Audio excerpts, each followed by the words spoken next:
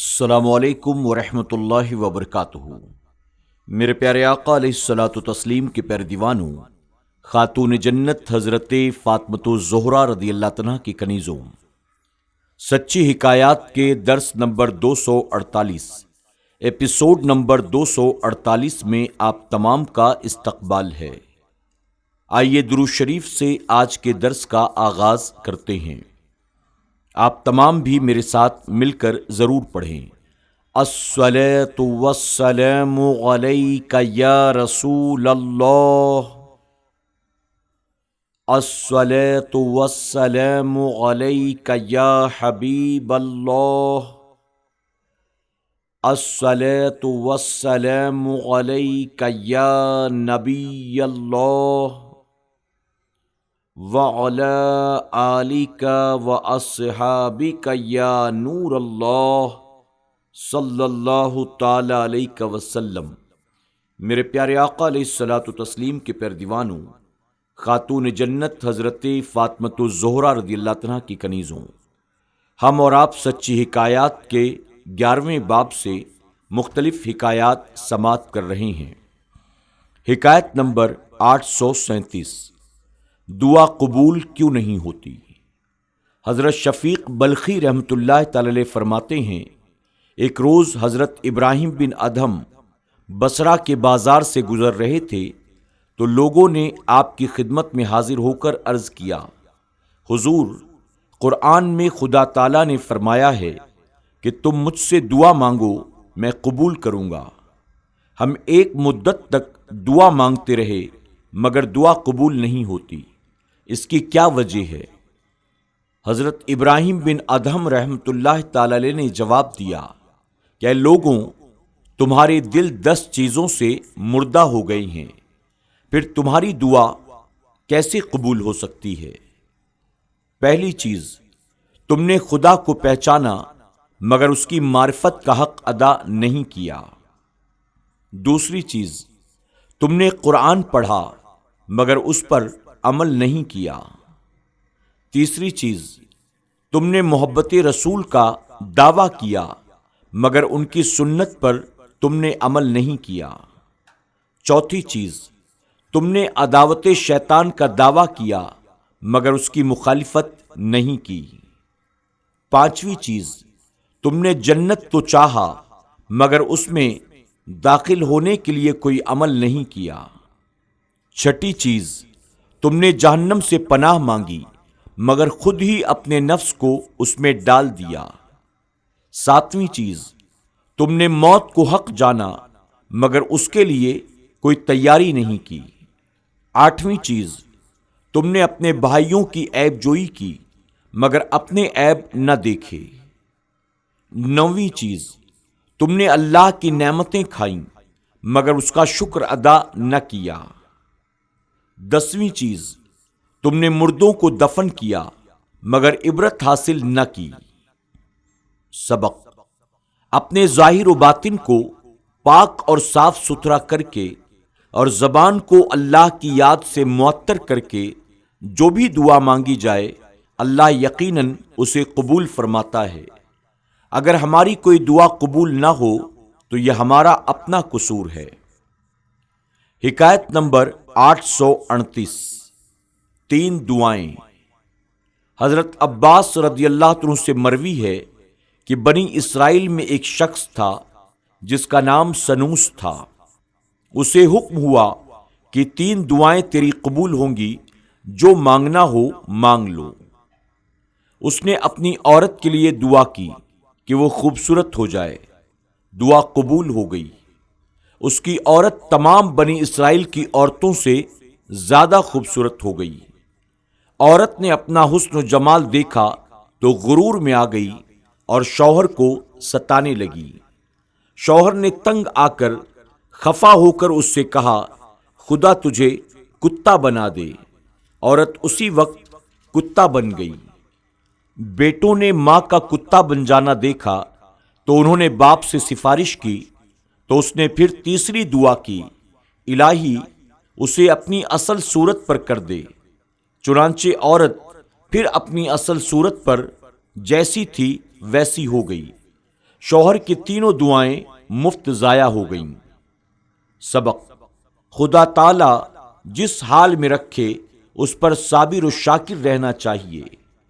یہ بھی معلوم ہوا کہ اس دنیا کا حسن و جمال انسان کے لیے وجہ وبال بن جاتا ہے، اس لیے زیادہ تر فکر اپنی عاقبت کی کرنی چاہیے۔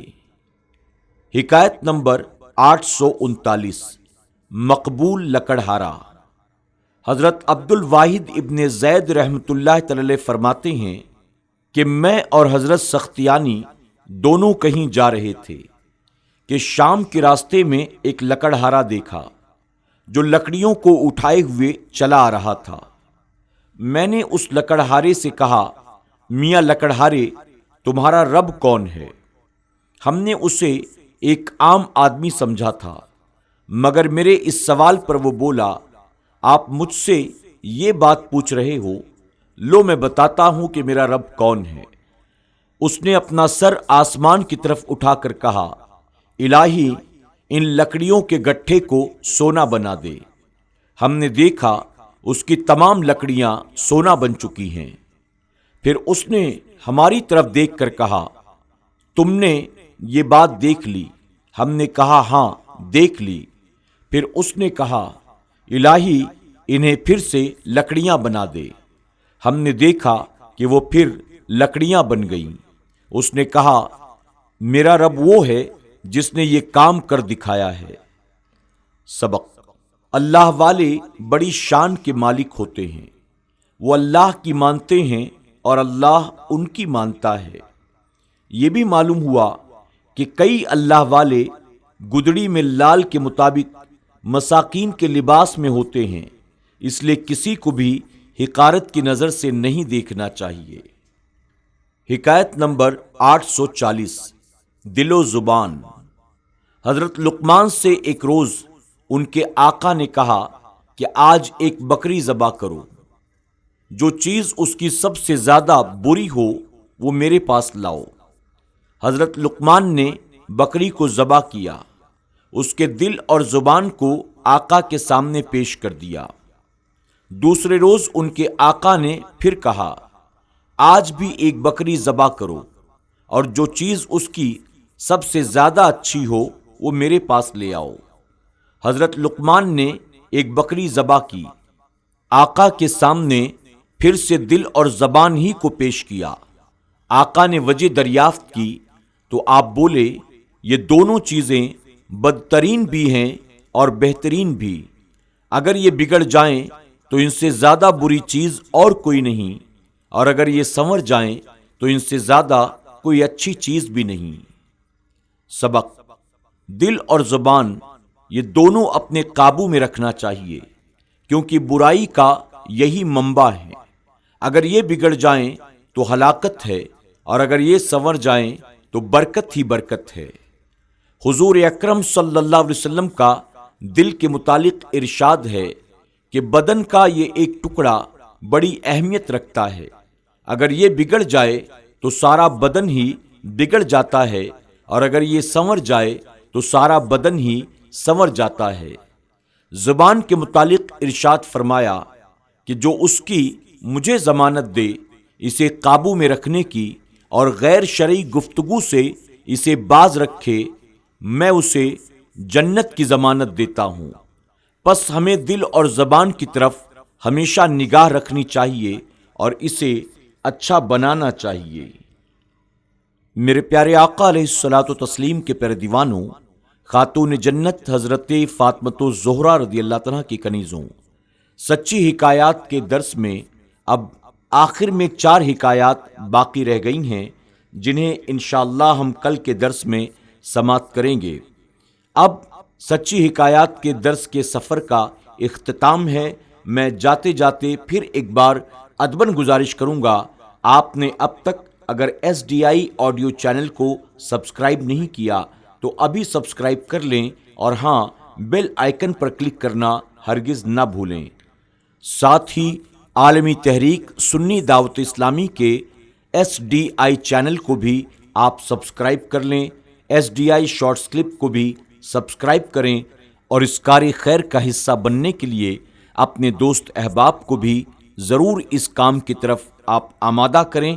اللہ اپنے محبوب پاک کے صدقۃ و فعل ہم سب کو اپنے دین متین کی خدمت اخلاص کے ساتھ کرنے کی توفیق عطا فرمائے۔ السلام علیکم ورحمۃ اللہ وبرکاتہ۔ یوٹیوب پر ہمارے SDI آڈیو چینل کو ابھی سبسکرائب کریں، سچی حکایات کے تمام ایپیسوڈز کو سنیں اور نئے ایپیسوڈز کی نوٹیفیکیشن کے لیے بیل آئیکن پر کلک کرنا نہ بھولیں۔ لائک کریں، سبحان اللہ، الحمدللہ کے ذریعے کمنٹ کریں اور اس کاری خیر کا حصہ بننے کے لیے ان حکایات کو زیادہ سے زیادہ اپنے دوست احباب اور رشتہ داروں کے ساتھ شیئر بھی ضرور کریں۔